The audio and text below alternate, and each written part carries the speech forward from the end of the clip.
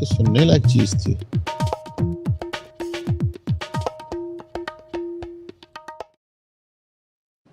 नमस्कार दोस्तों, OCN network में आपका स्वागत है। मैं हूं ओमकार चौधरी। कल रक्षा मंत्री ने शुरुआत की थी ऑपरेशन सिंदूर पर, जो चर्चा का श्री गणेश हुआ है। उन्होंने पहलगाम घटना के बारे में भी जानकारी दी। उसके बाद प्रधानमंत्री ने 23 और 30 अप्रैल को जो सीसीएस की बैठक की, उसमें जो फैसले किए, उसके बाद 6-7 मई की रात को जो हुआ, 9-10 मई की रात को जो हुआ, उसका डिटेल उन्होंने दिया। इसके अलावा जो ये बातें फैलाई जा रही थी, अफवाहें फैलाई जा रही थी कि हमारे राफेल गिर गए, हमारे जेट गिर गए, उन्होंने स्पष्ट किया था कल ही कि हमारा एक भी एसेट्स कहीं नहीं गिरा और किसी तरह का कोई नुकसान नहीं हुआ, कोई खरोंच तक नहीं आई। और ये बात एनएसए अजीत डोवल भी एक कार्यक्रम में पहले कह चुके।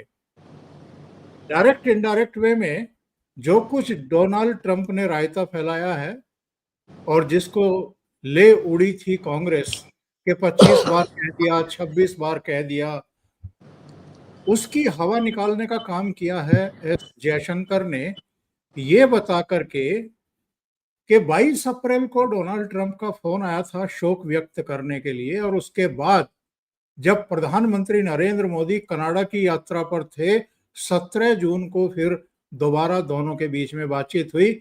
इस बीच कोई बातचीत ना ट्रेड को लेकर के हुई, ना डोनाल्ड ट्रंप ने किसी को ट्रेड पर धमकी दी, ना मध्यस्थता के लिए उनसे किसी ने, यानी उनको मठाधीश किसी ने नहीं बनाया। वो अपने आप ही बने हुए हैं। और कांग्रेस अपने विदेश मंत्री पर भरोसा करने के बजाय दूसरे देशों के राष्ट्र प्रमुखों पर भरोसा कर रही है, क्योंकि इसी से शायद उनकी राजनीति सध रही है, या उनको गलतफहमी है कि इससे उनको कुछ माइलेज मिल जाएगा। सवाल कई हैं, और आज जब हम बात कर रहे हैं तो इससे कुछ ही देर पहले गृह मंत्री अमित शाह का वक्तव्य भी आ गया है लोकसभा में, और अमित शाह तो कांग्रेस पर जम करके बरसे। चीन के प्रति कांग्रेस की नीति क्या रही है, चीन के हाथों कांग्रेस की सरकारों ने, खास तौर से जवाहरलाल नेहरू ने क्या क्या गंवाया है भारत का, वो डिटेल जानकारी दी। इसके अलावा पाकिस्तान पर भी कितनी मेहरबान रही है कांग्रेस पार्टी और उसकी सरकारें। 62 का युद्ध हो जिसमें चीन के हाथों गंवाया, 65 का युद्ध हो जिसमें 15,000 वर्ग किलोमीटर जमीन भी लौटा दी जो हमारे कब्जे में थी। हमारे जो सैनिक उनके कब्जे में थे वो भी नहीं मांगे, पीओके भी नहीं मांगा, 93,000 सैनिक भी उनको लौटा दिए। इस सब का कच्चा चिट्ठा उन्होंने खोल करके रख दिया, और आतंकवादियों, आतंकवादी संगठनों, अलगाववादियों के प्रति कांग्रेस का जो उदार रवैया रहा है उसके भी कच्चे चिट्ठे खोल करके रख दिए। और इतना ही नहीं, अभी चर्चा शुरू होने के दिन से ठीक एक दिन पहले पूर्व गृह मंत्री और कांग्रेस के सीनियर नेता पी चिदम्बरम ने जिस तरीके से पाकिस्तान का बचाव करने की कोशिश की, ये कह करके कि इस बात के क्या सबूत हैं कि पहलगाम के आतंकवादी पाकिस्तान से आए थे, उस पर भी अमित शाह ने जमकर निशाना साधा। और बल्कि अपने भाषण की शुरुआत ही इससे की कि बैसरन घाटी के जो दरिंदे थे उनको भी मार गिराया है हमारी सेना ने, हमारे सीआरपीएफ पीएफ के जवानों ने और जम्मू कश्मीर की पुलिस ने। वो तीनों विदेशी थे, पाकिस्तानी थे, उनके नाम, उनके वोटर आईडी कार्ड सब कुछ हमारे पास हैं। और ये कह करके उन्होंने पूरी तरीके से कांग्रेस पार्टी को बैकफुट पर धकेलने की कोशिश की। मेरे साथ जुड़ रहे हैं अनुपम मिश्रा जी, परिचय देने की जरूरत नहीं है, अपने आप में परिचय है। उन्हीं के साथ इस चर्चा को आगे बढ़ाते हैं। अनुपम जी, बहुत स्वागत है, नमस्कार।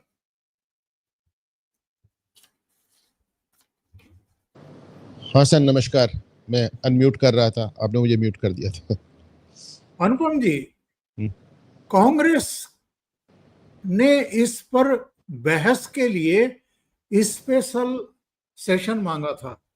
आपको लग रहा है कांग्रेस के अब तक के वक्ताओं की तैयारी से कि कोई तैयारी थी भी इनकी, और इतने भौथरे से इनके आरोप, उनकी तो धज्जियां उड़ा कर रख दी राजनाथ सिंह, विदेश मंत्री एस जयशंकर और अमित शाह ने। मैं बाकी वक्ताओं का तो नाम भी नहीं लेना चाहता, क्योंकि ये तीनों ही इतने भारी पड़ चुके हैं अब तक कि कांग्रेस अब बैकफुट पर दिखाई दे रही है। ओंकार सर, मैंने आज ट्वीट किया है, अमित शाह का भाषण चल रहा था, उस दौरान ही मैंने ट्वीट किया था कि राहुल गांधी हर कुछ दिनों में अपने खानदान की 6 पुश्तों की इज्जत उतरवाने के लिए ऊटपटांग मुद्दे उठाते हैं, और उसके बाद जब ये मोदी हैं, शाह हैं, अमित शाह और ये राजनाथ सिंह हैं और विदेश मंत्री हैं, ये तमाम लोग इनके पूरा शीशा लेदर करना शुरू कर देते हैं, तो फिर वो संसद से उठ के भाग जाते हैं। मतलब आप देखिए, 2 चीजें बड़ी मजेदार नजर आती। एक तो ये कि वो हर जगह जाके कहते हैं मुझे बोलने नहीं दिया, और जब बोलने का मौका आता है तो अपनी जगह गौरव गोगोई को आगे कर देते हैं। वक्फ एक्ट पे भी वक्फ एक्ट पे जितने बयान उन्होंने बाहर दिए, जब मौका आया तो गौरव गोगोई को आगे कर दिया। इस बार भी आप देखें, ऑपरेशन सिंदूर पे चर्चा चाहिए, चर्चा चाहिए, चर्चा चाहिए, चर्चा करने का मौका है, गौरव गोगोई को आगे कर दिया। आज पास बोलने को कुछ है ही नहीं। अच्छा, गृह मंत्री का बयान चाहिए, प्रधानमंत्री का बयान चाहिए, गृह मंत्री बयान दे रहे, राहुल गांधी उठ के भाग गए। तो 2-3 चीजें बड़ी अजीब है। नंबर 1, आप कहते हैं हमें बोलने नहीं दिया, बोलने का मौका आता, आप भाग जाते हैं, बोलते नहीं, किसी गौरव गोगोई को आगे कर देते हैं। दूसरी बात, जब आपको जवाब दिया जाता है तो आप उठ के भाग जाते हैं। तीसरी बात, जैसा मैं कह रहा था कि हर कुछ दिन में आप अपनी पूरी खानदानी शीजा लेदर कराने के लिए उठपटांग मुद्दे उठाते हैं। और फिर आप देखा कि कल विदेश मंत्री ने भी, आज गृह मंत्री ने भी, राजनाथ सिंह जी ने भी, इन सब ने मिलकर किस तरह पूरा फिर एकदम, जिसे कहना चाहिए ना कि 1962 से लेके और वो या उससे भी पहले जाके, कि जिस समय अब तो तमाम डॉक्यूमेंट्स डिक्लासिफाई हो गए हैं, कि साहब किस तरह नेहरू ने सिक्योरिटी काउंसिल में घुसने से मना कर दिया, अपनी जगह चीन को दे दिया, तमाम चीजें। आज मैं देख रहा था कि अमित शाह ने एक बात बहुत अच्छे से साबित कर दी। उन्होंने शुरुआत किया बाटला हाउस से, कि साहब बाटला हाउस में मैं तो नाश्ता कर रहा था और मैंने इनको सलमान खुर्शीद को रोते हुए देखा टीवी। मैंने सोचा कोई बड़ी घटना हो गई, तो पता चला वो इसलिए रो रहे हैं कि सोनिया रो रही है। सोनिया इसलिए रो रही है क्योंकि बाटला हाउस में कुछ मुस्लिम आतंकवादी मारे गए। वो कहते साहब अगर रोना ही था तो मोहन शर्मा के लिए रो लेते, जो इंस्पेक्टर जिसने वहां अपनी जिंदगी की कमाई थी। दूसरी बात, वहां से लेके अभी तक आया कि भाई मैंने तो सोचा था कि मैं आपको खुशखबरी दूंगा कि भाई तीनों आतंकवादी मारे गए, तो आप खुश होने की जगह आप सबके चेहरों पर तो स्याही नजर आ रही है। तो वहां से लेके फिर एक बड़ी दिलचस्प बात उन्होंने कही। उन्होंने कहा जो 7 मई को हमने जो टेररिस्ट स्ट्राइक किया, टेररिस्ट कैंप पे स्ट्राइक किया था, तो उसमें जो 10 में से 8 आतंकवादी जो ऐसे मारे गए थे जो कि चिदम्बरम के दौर में आतंकवादी कार्रवाई करके भागे हुए थे। तो उनका अपना भी बदला ले रहे हैं साहब, आपका बदला भी ले रहे हैं, देश का बदला ले रहे हैं, और आप हैं कि नाराज होते चले जा रहे हैं। आपको तो बड़ी दिक्कत आ रही है। और बीच में वो अखिलेश यादव भी उछलने लगे और कुछ बोलने लगे, तो उन्होंने बड़ा दिलचस्प बयान दिया। उन्होंने कहा अखिलेश जी, आप आतंकवादियों को धर्म देख के विचलित ना हो, अभी तो बहुत कुछ बाकी है, आप सुनिए तो। और एक एक करके उन्होंने अपनी सारी कार्रवाई गिनाई और सारी चीजें बताई। सबसे बड़ी बात जो मुझको लगता है कि देखिए, हवा में बात करना अपनी जगह है, पर एक बड़ी अच्छी बात उन्होंने कही, क्योंकि अब कांग्रेस ने 2 चीजें शुरू की। नंबर 1 ये कि भाई ये जो आतंकवादी मारे गए हैं कल ऑपरेशन महादेव के तहत, ये पहलगाम के आतंकी थे भी कि नहीं थे। और दूसरी चीज उन्होंने ये की कि संसद में बहस के ठीक पहले अपने हमारे देश के पूर्व गृह मंत्री और कांग्रेस के वरिष्ठ नेता, जो कि गोभियों का कारोबार करते थे अपनी बालकनी में, गमलों में, तो पी चिदम्बरम से एक बयान ये दिला दिया कि साहब इस बात का क्या सबूत है कि वो पाकिस्तान से आए, हो सकता है हमारे अपने हो सकता है कांग्रेस हेडक्वार्टर से आए हो वगैरह। मतलब ये तो मैं अपने से जोड़ दे रहा हूँ। तो उन्होंने कहते हैं इस बात का क्या सबूत है कि पाकिस्तानी है। तो आज उन्होंने दोनों का सबूत बताया। उन्होंने कहा पहली बात तो ये, जो 3 लोग जो मारे गए उनमें से 2 के पाकिस्तान के वोटर आईडी कार्ड मिल गए। उनका वोटर आईडी नंबर बता रहा हूं मैं तुमको। और वो उनके पास जितना स्टफ मिला है, चॉकलेट से लेके गन से लेके, वो उन्होंने सब बताया कि M9 से लेके AK-47 तक, एक M9, 2 AK-47, वो सब पाकिस्तान से आई हुई। दूसरी बात उन्होंने कहा कि साहब जब पिछली बार जब ये पहलगाम में जब घटना हुई थी, तो हमने वो जो फॉरेंसिक साइंस लैब है चंडीगढ़ में, तो उससे पूरी जांच करके रखी थी कि किन बंदूकों से गोलियां निकली हैं। और जब कल इनकी बंदूकें हमको मिली, तो हमने पहले स्टेटमेंट देने की जगह पहले उन बंदूकों से उसके FSL जांच कराई, और पता चला कि पहलगाम में जो गोलियां चली थी वो इन्हीं बंदूकों से निकली थी, एक M9 और 2 AK-47। कहीं इतना कंफर्म हुआ। जिन लोगों ने इनको रसद मुहैया कराई थी, ये वो लोग जो हमारे जो लोकल लोग थे जिन्होंने इनकी मदद की, उनको हमारे कब्जे में थे। उन्होंने बताया कि उनसे पहचान करवाई और फॉरेंसिक जांच कराई। उसके बाद हमने कहा कि साहब वो आतंकवादी मारे गए, और आपको तो सुनकर खुश होना चाहिए, पर आपके चेहरे पे तो स्याही पड़ गई, क्या कहा जाए। तो एक बहुत अच्छे से उन्होंने साहब धोया, और मैं समझता हूं कि राहुल गांधी एज यूजुअल ऐसे मौके से भाग जाते हैं, वो गायब हो गए। प्रियंका गांधी एकदम खामोश बैठी है। प्रियंका गांधी का ज्यादा परेशानी है आपको, जैसे कल बहुत अच्छे से शाम्भवी ने कहा कि आपको पहलगाम से ज्यादा गाजा पट्टी की चिंता होती है, फिलिस्तीन की चिंता होती है। आज भी देखिए आपको बात कह रही है कि आप ऑपरेशन सिंदूर पे बहस करो, और प्रियंका गांधी ट्वीट क्या कर रही है कि भारत में नन्स को परेशान किया जा रहा है। अरे भाई, छत्तीसगढ़ में 2 नन्स गिरफ्तार हुई, एक आदमी के साथ 3 लोग 3 लड़कियों को बहका के ले जा रहे थे। वो 3 आदिवासी लड़कियां चिल्ला कर बयान दे रही कि हमको हमारी इच्छा के खिलाफ ले जा रहे थे, ह्यूमन ट्रैफिकिंग, मानव तस्करी के लिए ले जा रहे थे, और गिरफ्तारी हो गई। तो आज प्रियंका गांधी उनके समर्थन में उतारा है कि आप नन्स को कैसे छू सकते हैं साहब, वो तो ईसाई खानदान से आती है, और वो तो भाई आप सोनिया गांधी ने तो कोर्ट में ही हलफनामा दिया कि मैं रोमन कैथोलिक हूँ, इसलिए मुझे परेशान किया जाता है। तो अब उसको जोड़ते ही देखिए आप सड़क पे नन्स को भी परेशान कर रहे हैं, और नशा हराम वाले मामले में हमारी माँ को भी परेशान कर रहे हैं, जो सीधे रोम से आ रही, सीधे इटली से आ रही है। तो प्रियंका गांधी से कोई लेना देना है नहीं, लेकिन आज अमित शाह ने साहब इनको बहुत अच्छे से धोया, और वही होता है कि बात निकलेगी तो फिर दूर तलक जाएगी। तो उन्होंने सब इनके सारे कारनामे गिना दिए कि साहब एक आपके टाइम में किस तरह कांड होते थे, हमारे टाइम में क्या। दूसरी बात जो एक बड़ी आज मार्के की कही आज अमित शाह ने, उन्होंने कहा कि 2014 से 2024-25 के बीच में एक बड़ी बात यह हुई कि हमारा जितना आतंकवाद था वो पाकिस्तान प्रायोजित कश्मीर तक सीमित रह गया। आपके समय में तो पूरे देश में दंगे होते थे, पूरे देश में बम विस्फोट होते थे, और तमाम विस्फोट उन्होंने गिना भी दिए साहब, तो मतलब दिल्ली तक के गिना दिए। फिर वो जो गिराते हैं कि साहब देखिए बनारस में हुए थे, लखनऊ में हुए थे, अयोध्या में हुए थे, ये मथुरा में हुए थे, ये वही विस्फोट थे जिनकी आतंकवादियों को अखिलेश यादव की सरकार ने माफ कर दिया था, और इलाहाबाद हाईकोर्ट ने उस माफी पर रोक लगा दी थी। तो एक लाइन से उन्होंने सबको धो डाला, तो बात निकली भी और दूर तलक भी गई। और एक और जो दिलचस्प बात उन्होंने कही कि साहब पी चिदम्बरम ने पार्लियामेंट में बहस के ठीक पहले जब ये कहा कि हमारे पास क्या सबूत है कि आतंकवादी पाकिस्तान से आए थे, तो बेसिकली उन्होंने 2 काम किए। एक तो ये कि पाकिस्तान को क्लीन चिट दे दी, वो भी आतंकवाद के मुद्दे पे जो दुनिया में कोई देने को तैयार नहीं है।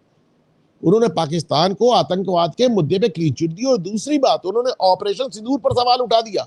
अगर वो आतंकवादी पाकिस्तान से नहीं आए तो फिर हमने पाकिस्तान पे हमला क्यों किया। तो उनको बताइए, इस तरह का घटिया काम इन्होंने किया पी चिदम्बरम। तो उनका आपको कोई डाउट था कि हमसे पूछ लेते, आप तो अपने देश पे ही सवाल उठा रहे हैं। और हमेशा की तरह कांग्रेस के पास इन सब चीजों का कोई जवाब नहीं था सिवाय इसके हल्ला मचाने के। आप कुछ कहते थे उधर से हल्ला मचने लगता था।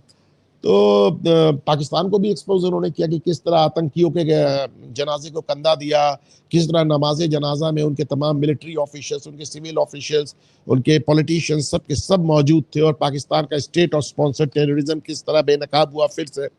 और एक बात उन्होंने जैसे कहा ना कि मैं वो तमाम पॉइंट्स को समराइज कर रहा हूं जो आज जी हाँ। तो एक उन्होंने ये कहा कि भाई आपने कहा कि मोदी जी बाहर से आए और सीधे बिहार में आके जाकर राहुल गांधी ने कहा कि चुनावी भाषण देने लगे। कि आपको शर्म आती है? मोदी जी वहां जाके कह रहे हैं कि हम आतंकवाद पे बिल्कुल बर्दाश्त नहीं करेंगे, आतंकवाद पे करारा जवाब देंगे, आपको चुनावी भाषण नजर आता है? उन्होंने कहा इस बात को कहने वाले की बुद्धि पे मुझे शक होता है। वो राहुल गांधी की बात कर रहे थे। उन्होंने ये भी कहा कि जैसा आप चश्मा लगाएंगे वैसा ही आपको दृश्य नजर आएगा। ऑपरेशन सिंदूर के टाइमिंग को और जितने दिन चला उसको भी उन्होंने बहुत अच्छे से डिफाइन किया। उन्होंने ये बातें है ना जो बहुत ही गंभीर बातें। उन्होंने कहा कि मतलब आप रशिया से लेके यूक्रेन वाला देख लें, मामला तमाम जगह देख लें, जहां युद्ध शुरू हो जाता है फिर वो कंट्रोल में नहीं रह जाता, सालों साल चलता रहता है। उन्होंने कहा हमारा युद्ध कितना संयमित, कितना प्रिसाइज, कितना टाइम बाउंड था। हमने जो अपने ऑब्जेक्टिव थे उसको अचीव किया, हमारे जो लक्ष्य थे उनको हासिल किया और अपनी शर्तों पे मामला खत्म कर दिया। उन्होंने कहा कि आप देखिए दुनिया में जितने युद्ध हो रहे हैं उसमें औरतें मारे जा रहे हैं, बच्चे मारे जा रहे हैं, चाहे वो गाजा पट्टी हो, चाहे यूक्रेन रशिया हो। उन्होंने कहा कि हमने अपने यहाँ कोई सिविलियन कैजुअलिटी नहीं होने दी और बड़ा प्रिसाइज अटैक किया और उसको टाइम बाउंड एक तरीके से हमने उसे समाप्त भी कर दिया। तो दूसरे एक मुझे बड़ी अच्छी साहब एक बड़ी जगह अच्छी जुगलबंदी भी नजर आई, एक बड़ी अच्छी एक टीम वर्क नजर आया।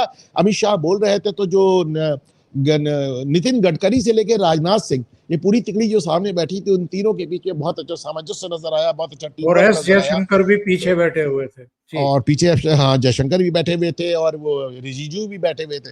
तो यही 5 मंत्री हैं जो इस समय मोदी सरकार के सबसे बड़े फेस है, along with the finance minister Nirmala Sitharaman. तो ये पूरी 5 लोगों की वहां पे एक टीम वर्क बड़ा अच्छा, एक बड़ा आपस में सामंजस्य नजर आया।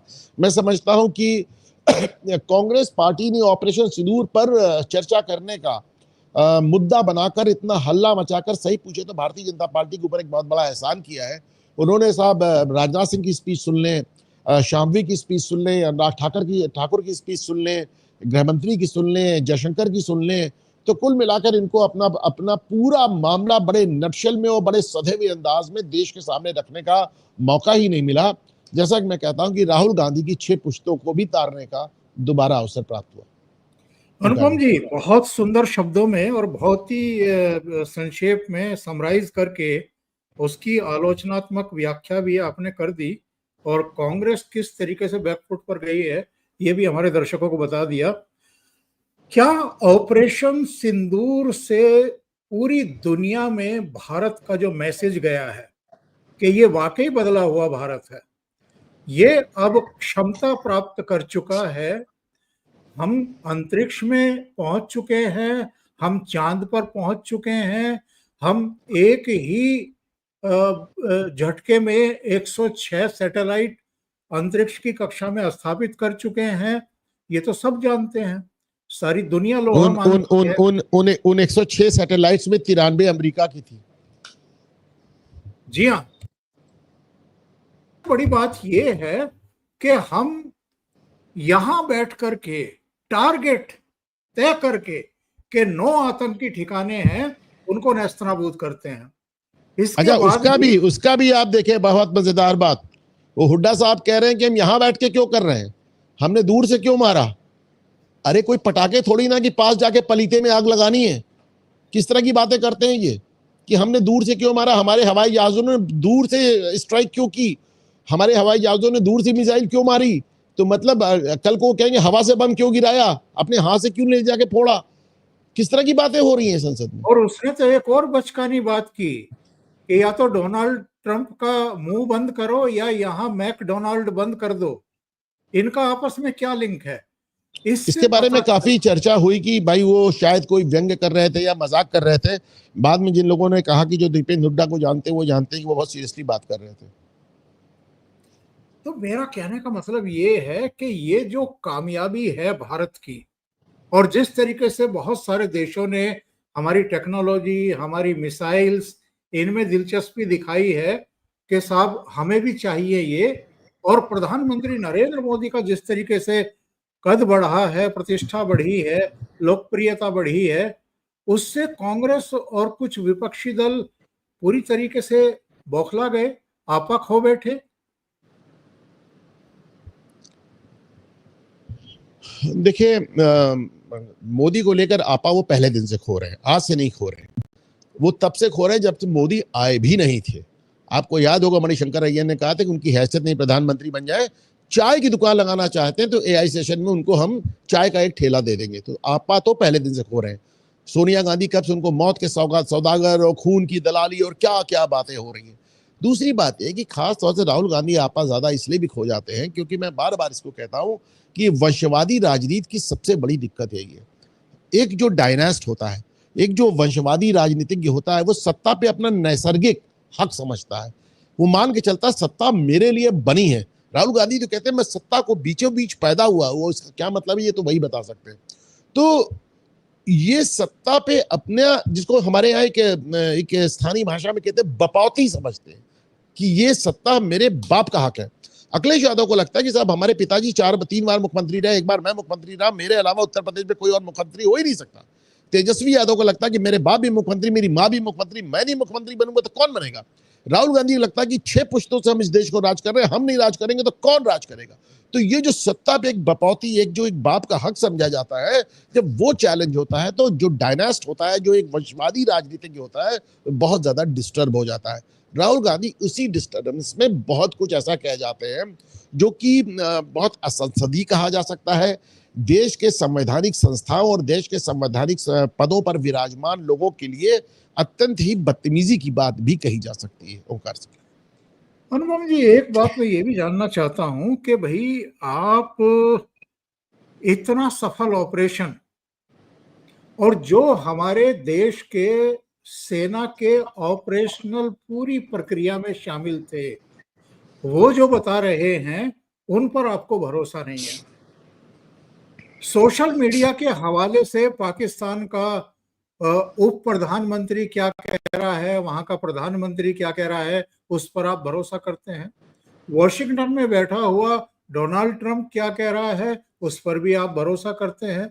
और कल भी गृह मंत्री ने खड़े होकर के हस्तक्षेप किया था कि एक शपथ ग्रहण करने वाला व्यक्ति बोल रहा है, जो विदेश विभाग का प्रमुख है, जिम्मेदार है, वो बोल रहा है, आप उस पर भरोसा नहीं कर रहे हैं और विदेश पर भरोसा कर रहे हैं। विदेश पर आप भरोसा क्यों कर रहे हैं ये भी हम जानते हैं। यानी उन्होंने सोनिया गांधी पर भी तंज कस दिया एक तरीके से।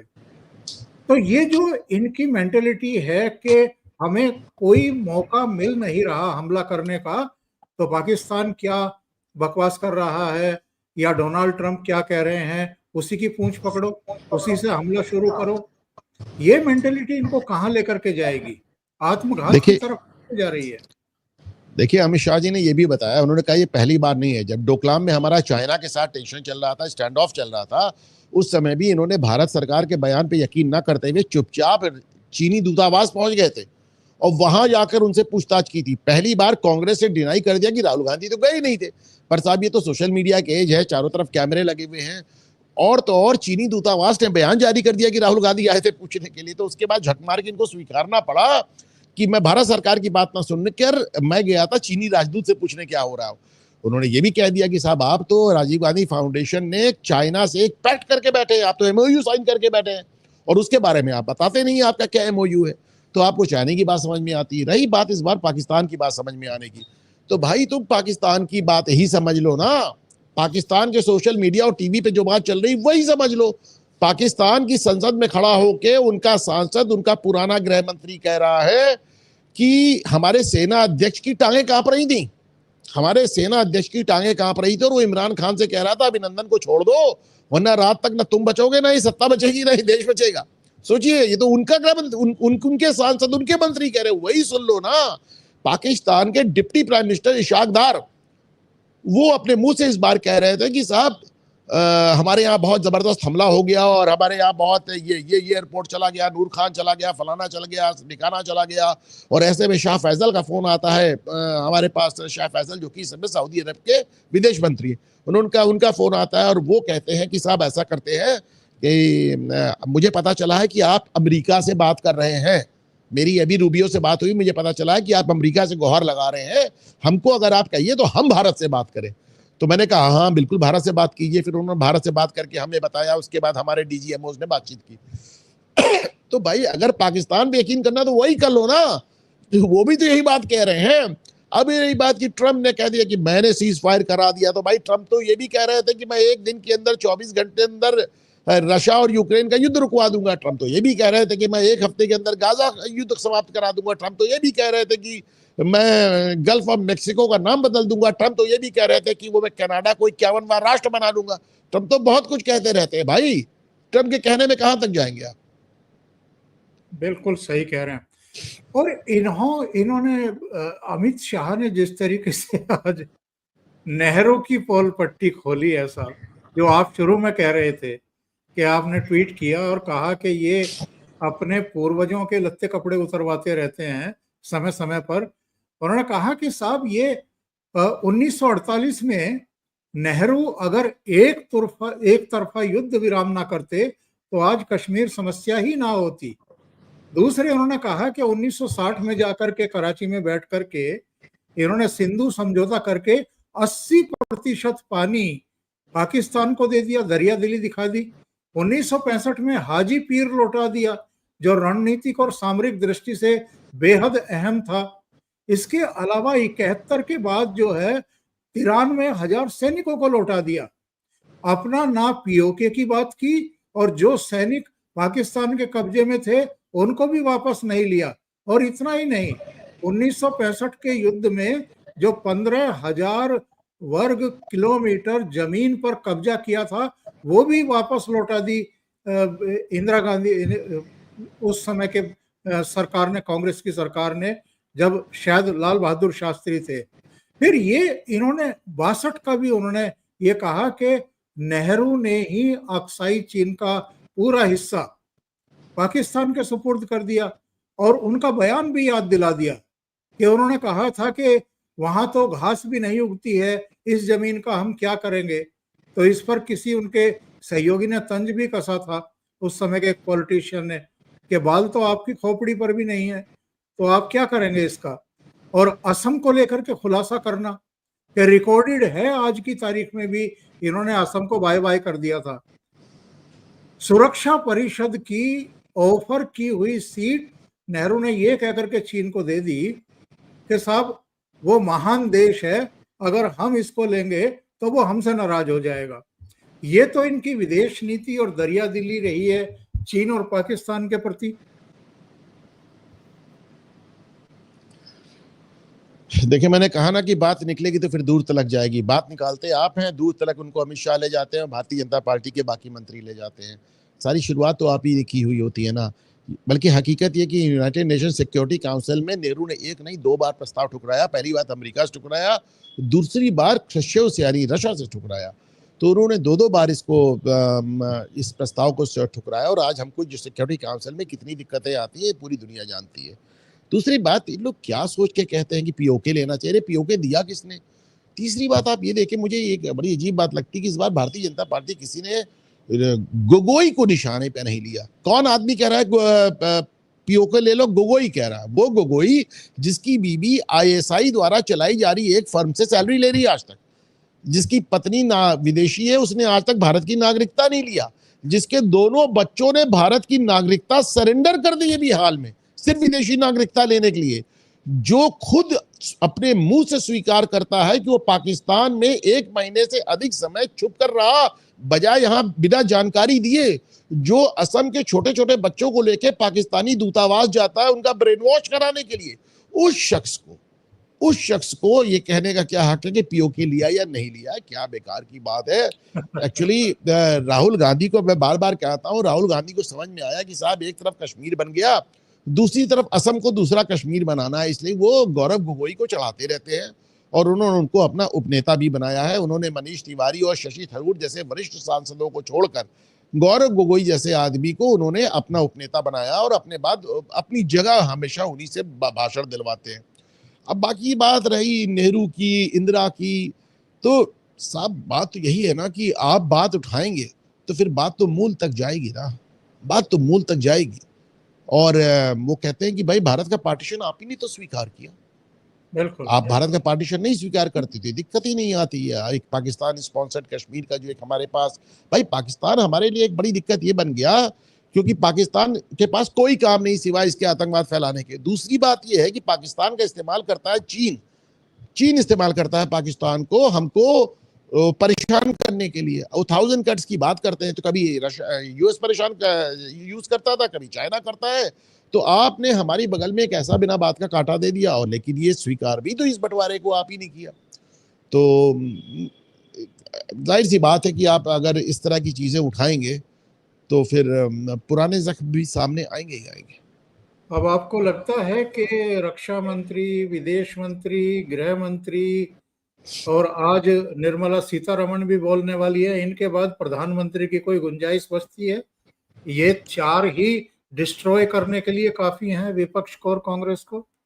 देखिए, मुझे लगता है कि कांग्रेस जितनी बार इस बात की मांग करती है कि नरेंद्र मोदी से बयान चाहिए, वो दिल में डरती है कि नरेंद्र मोदी सच में बयान देने ना आ जाए, क्योंकि जितनी बार वो आए हैं तो अभी अमित शाह ने यह हाल किया है, वो मोदी क्या करेंगे। लेकिन इससे ज्यादा दिलचस्प ये देखना होगा कि पूरी दुनिया में रोना रोने वाले राहुल गांधी की मुझे बोलने नहीं दिया, मुझे बोलने नहीं दिया, मुझे बोलने नहीं दिया। अब मौका है, बोलते हैं या नहीं बोलते। अनुपम जी, बहुत बहुत धन्यवाद इतना समय निकालने के लिए और बहुत महत्वपूर्ण अपडेट देने के लिए। Thank you so much.